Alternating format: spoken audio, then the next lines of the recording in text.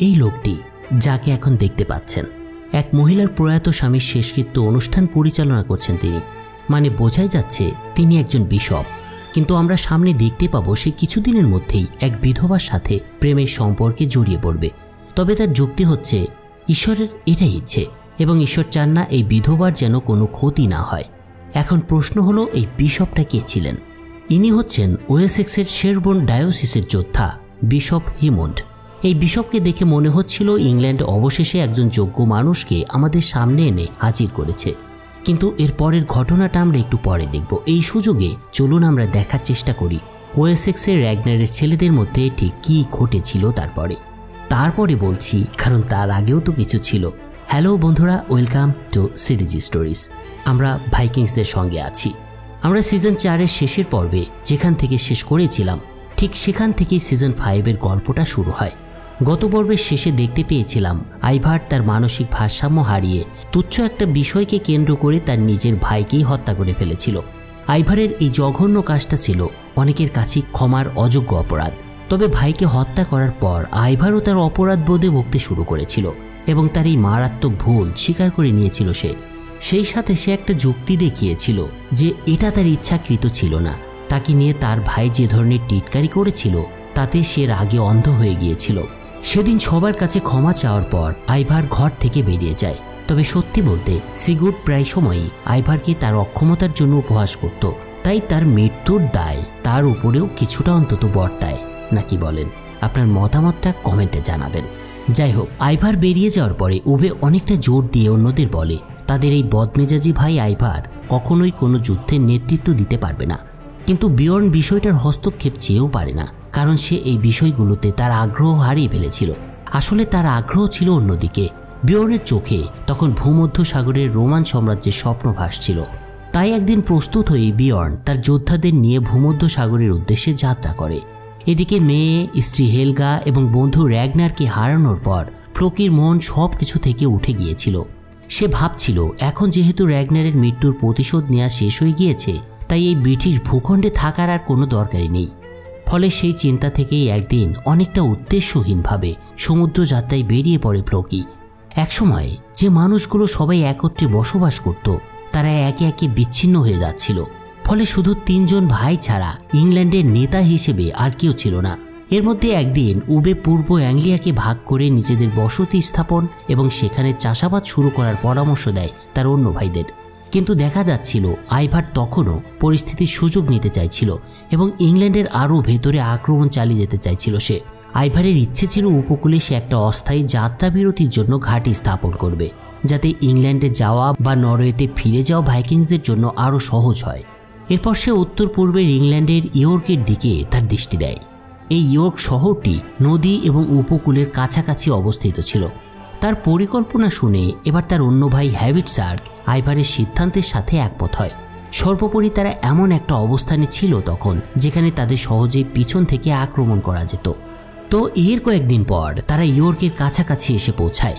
একসময় উবে তার বাবার কথা স্মরণ করে বলে, গির্জায় উৎসবের সময় সাধারণ লোকেরা হয় গির্জায় প্রার্থনা করে অথবা মদ্যপানে ব্যস্ত থাকে, তাই এটা আক্রমণের জন্য সবচেয়ে উপযুক্ত সময়।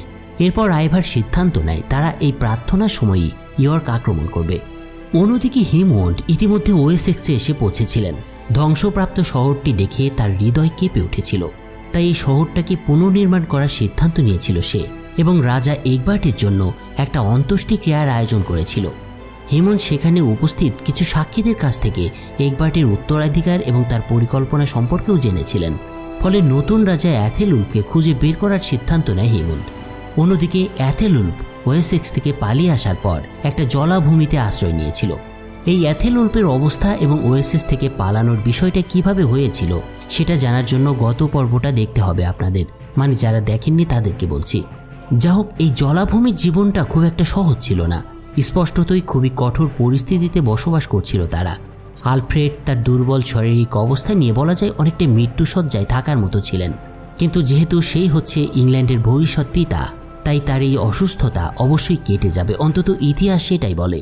তো অন্যদিকে আইভারের নেতৃত্বে ভাইকিংসদের লক্ষ্য ছিল নর্থাম্বিয়ার প্রধান শহর ইয়র্ক দখল করা, যাতে ইংল্যান্ডের প্রবেশের জন্য একটা ঘাঁটি স্থাপন করা যায়। আমরা একটু আগেই জানলাম। যেখান থেকে তারা ইচ্ছে মতো সামনের দিকে এগোতে বা পিছনের দিকে যেতে পারবে। তো যেদিন আক্রমণটা শুরু হয়েছিল সেদিন উবে শহরের দেয়াল দখলের দায়িত্বে ছিলেন। উবে যেভাবে বলেছিল, মানে উৎসবের দিন বেশিরভাগ মানুষ প্রার্থনা এবং উদযাপন করছিল এবং দেয়ালের উপর মাত্র কয়েকজন প্রহরী রেখেছিল ইয়র্ক কর্তৃপক্ষ, তাই ভাইকিংসদের আক্রমণে এই ইয়র্কের সেনাদের অবরোধ মুহূর্তের মধ্যেই শেষ হয়ে যায়। ফলে উবে অনেকটা সহজেই শহরের ফটকগুলোর দখল নিতে সক্ষম হয়। এরপর ভাইকিংসদের দলটি অনেকটা রক্তপিপাসু হাঙরের মতো হিংস্রতা দেখিয়ে শহরের ভেতরের মানুষগুলোর উপর ঝাঁপিয়ে পড়ে। এরপর যখন ভাইকিংসরা গির্জায় পৌঁছায় তখনও ভেতরের ধর্মপ্রাণ খ্রিস্টানরা বাইরের বিশৃঙ্খলা সম্পর্কে সম্পূর্ণভাবেই অজ্ঞাত ছিল। তাই ভেতরে ঢুকেই ভাইকিংসরা প্রার্থনারত মানুষদের পেছন থেকেই শিকার করতে শুরু করে। তবে উবে এই নিরস্ত্র বেসামরিক লোকদের হত্যা করতে চায়নি। তার এই মানসিকতা দেখে মনে হচ্ছিল সে অনেকটা তার বাবা র্যাগনারের মানসিকতা পেয়েছিলেন। কিন্তু অন্যরা মাত্র কয়েক মিনিটের মধ্যেই খ্রিস্টানদের স্বর্গকে অনেকটা নরকে পরিণত করে তোলে। একজন প্রিস্ট ভাইকিংস নামের এই রাক্ষসদের হাত থেকে অপবিত্র হওয়া এড়াতে তার কবজি কেটে আত্মহত্যা করে বসেন। আইভার বিশপকে ধরে তার ক্রুশ গলিয়ে তাকে নৃশংসভাবে হত্যা করেছিল। আইভার কতটা ভয়ঙ্কর ছিল সেটা তার এই আচরণ দেখেই বোঝা যায় এবং তার ভয়ঙ্কর দিকগুলো আমরা সামনে আরও দেখতে পাব। বলা যায় সেই গির্জায় আইভার যা করেছিল তা ছিল সত্যি নৃশংসতায় পরিপূর্ণ। একই সাথে এটা খ্রিস্ট ধর্মের প্রতি তার ঘৃণার বহিঃপ্রকাশ হিসেবেও দেখা যেতে পারে। তার বাবা র্যাগনার ল্যাডব্রোক খ্রিস্টানদের প্রতি খুব বেশি বিশ্বাসী ছিলেন, আর এই বিষয়টাই তাকে এই পরিণতির দিকে নিয়ে গিয়েছিল। কিন্তু গির্জার আক্রমণ শেষ হওয়ার পরেই আইভার ক্ষান্ত দেননি। আইভার বিশপকে ঘোড়ায় বেঁধে একটা শোভাযাত্রার ব্যবস্থা করেন এবং ইয়র্কের লোকেদের তাদের বিরুদ্ধে না যাওয়ার জন্য সতর্ক করেন। উবে ছিলেন প্রথম ভাইকিংস যে আইভারের সাথে দ্বিমত পোষণ করেছিলেন এবং তার এই ভাইকে তার কাছে খুব চরমপন্থী মনে হচ্ছিল তখন। এ সময় সে আইভারকে সিগর্ডের মৃত্যুর কথাটা ভুলে না যাওয়ার কথাও স্মরণ করিয়ে দেন। অন্যদিকে ইতিমধ্যে হ্যারল্ড ব্রাদার্সরা এগলের মিশন ব্যর্থ হয়েছে সেটা না জেনেই কাট্টেঘাটে ফিরে এসেছিলেন। কিন্তু সভা কক্ষে ঢুকে হ্যারল্ড ল্যাগার্থকে তখনও সিংহাসনে বসে থাকতে দেখেন, আর তখনই তিনি তার ভুলটা বুঝতে পারেন। কিন্তু ততক্ষণে অনেক দেরি হয়ে গিয়েছিল। তাই আপাতত শান্ত থাকার ভান করে ইংল্যান্ডের পরিস্থিতি সম্পর্কে রিপোর্ট করা ছাড়া হ্যারল্ডের হাতে আর অন্য কোনো উপায় ছিল না। কিন্তু এই হ্যারল্ড তার রিপোর্ট শেষ করা না পর্যন্ত ল্যাগার্থা কিন্তু তার আসল রূপ প্রকাশ করেননি। ইংলিশ ভূখণ্ডে তাদের কার্যাবলী সম্পর্কে রিপোর্ট শেষ করার পর লেগার্থা হ্যারল্ডকে তার পাঠানো প্রতিনিধির বিষয়ে বললে হ্যারল্ড লেগার্থার অভিযোগটা অস্বীকার করে। কিন্তু লেগার্থা এটা বিশ্বাস করে না, কারণ সে এগিলের থেকে ইতিমধ্যেই জেনে গিয়েছিল তাদের পাঠিয়েছিল হ্যারল্ড। ফলে এটা বলাই বাহুল্য তার আচরণের জন্য তাকে তো মূল্য দিতেই হবে, এটাই স্বাভাবিক। সেদিন প্রচণ্ড মারধর সহ্য করার পর হ্যারল্ড লেগার্থাকে তার মনের কথাটা জানিয়ে দেয়। সে একজন মহিলাকে প্রভাবিত করার জন্য নরওয়ের রাজা হওয়ার আকাঙ্ক্ষা করেছিল, তবে লেগার্থার প্রতি বিদ্বেষের কারণে নয়। এখন যেহেতু মহিলারা মারা গিয়েছে তাই তিনি আর কাট্টেঘাটকে আক্রমণ করবেন না। এ সময় হ্যারল্ড লেগার্থার সাথে একটা জোটের প্রস্তাব করে এবং তাকে পরামর্শ দেয় যেহেতু তার নিজের কোনো পুরুষ নেই এবং লেগার্থারও একজন পুরুষ সঙ্গী দরকার, তাই তাদের মধ্যে একটা সম্পর্ক তৈরি হতেই তো পারে। আসলেই হ্যারল্ড সেদিন ঠিকই বলেছিলেন, লেগার্থার সাথে তখন কোনো পুরুষ সঙ্গী ছিল না। কিন্তু কাট্টেঘাটের রানী হিসেবে লেগার্থার একটা দায়িত্ব ছিল তার জনগণের উপর। সে তার শত্রুদের এত সহজে তার দুর্বলতা খুঁজে পেতেও দিতে চাইছিলেন না। এর পরের দিন সকালে বেশ কয়েকজন মহিলা হ্যারল্ডের প্রস্তাব নিয়ে তর্ক শুরু করে। অ্যাস্ট্রিড এই উচ্চাকাঙ্ক্ষী পুরুষটিকে বিশ্বাস করেননি, কিন্তু লেগার্থা এটা বিবেচনা করার যোগ্য বলে মনে করেন। লেগার্থার প্রেমিকা হিসেবে অ্যাস্ট্রিড স্বাভাবিকভাবেই হ্যারল্ডের সাথে তার বিয়ের বিরোধিতা করেছিলেন এবং রেগে ঘর থেকে বেরিয়েও গিয়েছিলেন। তবে এটা বলাই যায় অ্যাস্ট্রিড ঠিকই বলেছিল, কারণ হ্যারল্ড কি সেটা কারোরই জানা বাকি ছিল না। কিন্তু একই সাথে এটা স্বীকার করতেই হবে কাট্টেঘাটের এই সিংহাসনের অন্যতম দাবিদার ছিলেন এই হ্যারল্ড। আর সেই ধারণা সত্যি করতেই যেন লেগার্থার পাহাড়ের দুর্বলতার সুযোগ নিয়ে হ্যারল্ড একদিন পালিয়ে যায় এবং সে সাথে করে অ্যাস্ট্রিডকে অপহরণ করে নিয়ে যায়। কেন হ্যারল্ড অ্যাস্ট্রিডকে অপহরণ করেছিল এবং লেগার্থা এটা জানতে পারার পর কিভাবে তার প্রতিক্রিয়া জানাবে সেটা আমরা একটু পরে দেখছি। এই সুযোগে চলুন আইভাররা কি করছিল ইয়র্কে সেটা দেখে আসি। বড় যুদ্ধের আগে আইভার চাইছিল এই সুন্দরী মহিলাকে বলিয়ে দেওয়ার, মানে যাকে এখন আপনি দেখতে পাচ্ছেন।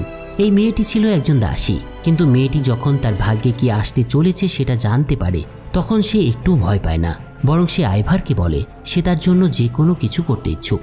মেয়েটির এই কথায় আইভারের মধ্যে আসলে কি প্রতিক্রিয়া তৈরি হয়েছিল সেটা ঠিক বোঝা যাচ্ছিল না, কারণ সে শুধু চুপচাপ মেয়েটির দিকে তাকিয়েছিল অনেকটাই ভাবলেশীনভাবে। ওদিকে অনেকদিন অসুস্থ থাকার পর অবশেষে আলফ্রেড বিছানা থেকে একদিন উঠে বসেন এবং প্রথমে সে যেটা করে সেটা হলো ঘুমের মধ্যে হাঁটা শুরু করে। সেদিন আলফ্রেড অন্ধকার একটা মূর্তির প্রতি আকৃষ্ট হয় এবং যখন সে তার আসল রূপটা দেখতে পায় তখন আলফ্রেড অজ্ঞান হয়ে যায়। এরপর তাকে উদ্ধার করে তীরে নিয়ে আসার পর তার মুখ থেকে কিছু দুর্গন্ধযুক্ত তরল বেরিয়ে আসে, কিন্তু অবশেষে আলফ্রেড অনেকগুলো বিষয় পরিষ্কার করে দেয় সকলকে। আলফ্রেড অ্যাথেলউলফকে বলে তাদের অবশ্যই এখন ইয়র্কে ফিরে যেতে হবে, কারণ সেখানকার লোকেরা ভয়াবহ একটা সংকটের মধ্যে রয়েছে।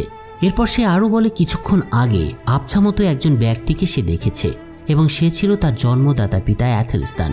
তার কথায় অ্যাথেলউলফ এবং জুডিথ হতবাক হয়ে গিয়েছিল। তবে অ্যাথেলউলফ আলফ্রেডের কথা মেনে নিয়ে তার নির্দেশনা অনুসরণ করে একসময় ইয়র্কের দিকে রওনা হয় এবং খুব শীঘ্রই তারা ইয়র্ক শহরের সামনে এসে পৌঁছায়। এ সময় দেখা যায় তাদের আগে হিমন্ড মানে সেই বিশপ এসে পৌঁছেছিলেন। বিশপ অবশেষে তার নতুন রাজার সাথে দেখা করেন। অ্যাথেলউলফের সাথে সংক্ষিপ্ত কিছু আলোচনার পর হিমন্ড অ্যাথেলউলফকে রিপোর্ট করতে শুরু করেন। এই ইয়র্ক শহরটি ছিল রোমান সাম্রাজ্যের এক সময়কার একটা দুর্গ। শহরটি বেশ পুরনো হওয়ায় এর দেয়ালের বেশ কিছু অংশ দুর্বল হয়ে গিয়েছিল। কয়েক জায়গার কিছু পাথর তো বছরের পর বছর ধরে আলগা হতেও শুরু করেছিল। এই বিষয়টা ভাইকিংসরা লক্ষ্য করেননি, আর ইংরেজরা এটারই সুযোগ নিতে চাইছিলেন। কিন্তু তারা কিভাবে সুযোগ নিয়েছিল সেটা আমরা কিছুক্ষণ পরে দেখছি। যাই হোক, হিমন্ড এ সময় অ্যাথেলউলফকে কিছুটা ধৈর্য ধরতে বলেন এবং কোনো সিদ্ধান্ত নেওয়ার আগে আরও সৈন্য তাদের বাহিনীতে যোগ দেওয়ার জন্য অপেক্ষা করার পরামর্শ দেন। হিমন্ডের এ ধরনের কাজ দেখে মনে হচ্ছিল সে কিছুটা উগ্র টাইপের এবং নতুন রাজার প্রতি তার কোনো শ্রদ্ধাই নেই, কারণ তিনি যে আদেশ দিচ্ছিলেন। অন্যদিকে হ্যারল্ড অ্যাস্ট্রিডকে সাথে নিয়ে তার রাজ্যে ফিরে এসেছিল। হ্যারল্ড অ্যাস্ট্রিডকে তার রানী বানাতে চাইছিল এবং তাকে রানীর উপাধি দেওয়ার প্রতিশ্রুতিও দিয়েছিল, কিন্তু অ্যাস্ট্রিড হ্যারল্ডের প্রস্তাবে সাড়া দেয় না। তবে তার আচরণে এটা স্পষ্ট হয়ে গিয়েছিল অ্যাস্ট্রিড এই জায়গা বা হ্যারল্ডকে একেবারেই পছন্দ করছিল না। কিন্তু তাদের রাজার সামনে মানুষের ভিড় দেখে এবং শ্রদ্ধা করা দেখে হ্যারল্ডের প্রতি কিছুটা ভিন্ন দৃষ্টি পোষণ করতে শুরু করে অ্যাস্ট্রিড। অন্যদিকে অনেক দিন ধরে সমুদ্রে চলার পর ফ্লোকির কাছে যা খাবার দাবার ছিল সেগুলোও প্রায় শেষ হয়ে এসেছিল। কিন্তু একদিন ফ্লোকির জাহাজ ঝড়ের কবলে পড়ে। বিশাল সমুদ্রে একাকী নিজেকে তখন অসহায় মনে হচ্ছিল ফ্লোকির। এর কিছুক্ষণ পর ফ্লোকির জাহাজ একটা সৈকতে এসে পৌঁছায়। এই ফ্লোকি দ্য ক্রো ছিলেন, মানে তিনি ছিলেন ইতিহাসের প্রথম ভাইকিংস যিনি আইসল্যান্ড আবিষ্কার করেছিলেন এবং এর নামকরণ করেছিলেন। অর্থাৎ তিনি যে দ্বীপে পৌঁছেছিলেন সেটাই ছিল বর্তমানের আইসল্যান্ড। ভাইকিংস অভিযাত্রীরা নতুন ভূমি খুঁজে পেতে কাক ব্যবহার করতে দক্ষ ছিল। এগুলো আমরা আগে বহুবার দেখেছি, ফলে এ কারণে তাদের রেভেনম্যান বলা হতো। ফ্লোকি যখন যাত্রা শুরু করেছিল ইংল্যান্ড থেকে, তখন তিনি 3টি কাক তার সাথে নিয়ে এসেছিলেন। এই কাকদের ছেড়ে দেওয়ার পর যদি তারা ফিরে না আসে তবে সেই দিকে ভূমি আছে বলেই ভাইকিংসরা বিশ্বাস করত। তো ফ্লোকি যে ভূমিতে অবতরণ করেছিলেন তা আইসল্যান্ড হওয়ার সম্ভাবনা খুব বেশি ছিল। আইসল্যান্ডের ভূপ্রকৃতি অন্যান্য ভূমির মতো ছিল না। এখানকার সৈকতে কালো বালির দেখা পাওয়া যেত এবং সর্বত্র শ্যাওলা দ্বারা আচ্ছাদিত থাকত, অনেকটা আগ্নেয়গিরির পাথরে ঢাকা মতো অবস্থা বলতে পারেন। সৈকতে নামার পর ফ্লোকি পাহাড় পার হয়ে আগ্নেয়গিরি, জলপ্রপাত, উষ্ণ পানির ঝর্ণা এবং নদীর দেখা পান। তিনি অনেক অব্যক্ত অলৌকিক ঘটনার সাক্ষী হয়েছিলেন সেখানে, যেমন হঠাৎ তার হাতের ক্ষতগুলো সেরে গিয়েছিল এবং সে দেবতাদের দেখাও পেয়েছিল। এই বিষয়গুলো ফ্লোকিকে ভাবাতে বাধ্য করে তার পায়ের নিচের ভূমি দেবতাদের দেশ। সার্বিক অবস্থা বিবেচনা করে ফ্লোকি এখানে বসতি স্থাপনের জন্য তার লোকদের নিয়ে আসার জন্য কাটতে কাটে ফিরে যাওয়ার পরিকল্পনা করে। এদিকে ইয়র্কে ইংরেজ বাহিনীর অবস্থানের কথা জানতে পারেন আইভার। সেজন্য তিনি যুদ্ধের আগে একটা বলিদানের পরিকল্পনা করেছিলেন। তার লোকেরা এক সুন্দরী দাসীকে তার কাছে নিয়ে এসেছিল। এই দাসীর নাম ছিল ফ্রেইডিস, কিন্তু এই ফ্রেইডিস আইভারকে দেখে ভয় পাচ্ছিল না। এমনকি তাকে বলি দেয়া হবে জেনেও তিনি তার জন্য যে কোনো কিছু করার ইচ্ছা প্রকাশ করেছিলেন। ফ্রেইডিসের আত্মত্যাগের ইচ্ছা আইভারকে হতাশ করে তুলেছিল, কিন্তু তার পরবর্তী কথাগুলি তার আত্মবিশ্বাসকে আরও বাড়িয়ে দেয়। তার কথাগুলি কেবল তার জীবনই বাঁচিয়েছিল না, বরং ফ্রেইডিসের স্বাধীনতাও এনে দিয়েছিল। এই ফ্রেইডিসই ছিলেন দ্বিতীয় মহিলা যিনি আইভারের প্রতি এতটা নিশ্চিত ছিলেন। তাই প্রশ্ন উঠতেই পারে, ফ্রেইডিস কি আইভারের একান্ত মহিলা হতে চলেছিল? কি জানি, সেটা হয়তো সময় বলে দেবে। অন্যদিকে হিমন্ডের সাহায্যে অ্যাথেলউলফ কি সফলভাবে ইয়র্ক দখল করতে পারবেন? চলুন সেই বিষয়গুলো আমরা এখন দেখার চেষ্টা করি। একদিন অনেক ভোরবেলায় ইংরেজ বাহিনী শহরের দেয়ালের একটা ফাঁদ ব্যবহার করে ইয়র্ক শহরে প্রবেশ করে। তারা ভেবেছিল তাদের পরিকল্পনা ত্রুটিমুক্ত, কিন্তু তারা যেটা জানতো না সেটা হলো আইভার দ্য বোনলেসের অপার সামরিক দক্ষতা সম্পর্কে। আইভার ইংরেজদের পদক্ষেপ নেওয়ার আগে থেকেই এটা বুঝতে পেরেছিল। সে দেয়ালের দুর্বলতা সম্পর্কে জানত এবং শত্রুকে ফাঁদে ফেলার জন্য ইচ্ছাকৃতভাবেই এটিকে নিজের কাছেই গোপন রেখেছিল। যখন অ্যাথেলুল ভাবছিল যে জয় তার হাতে চলে এসেছে, তখন সে তার 2 পুত্রকে যুদ্ধক্ষেত্রে নিয়ে আসে।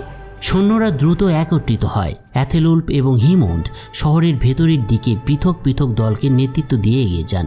কিন্তু ইংরেজ সৈন্যরা যখন গলির মধ্য দিয়ে অগ্রসর হচ্ছিল, তখন ঘন ধোঁয়া তাদের দৃষ্টিকে বাধাগ্রস্ত করে তোলে। ধোঁয়া দেখে তারা যখন কিছুটা ইতস্তত করছে, তখন হঠাৎ কিছু তীর তাদের উপর থেকে আঘাত করে।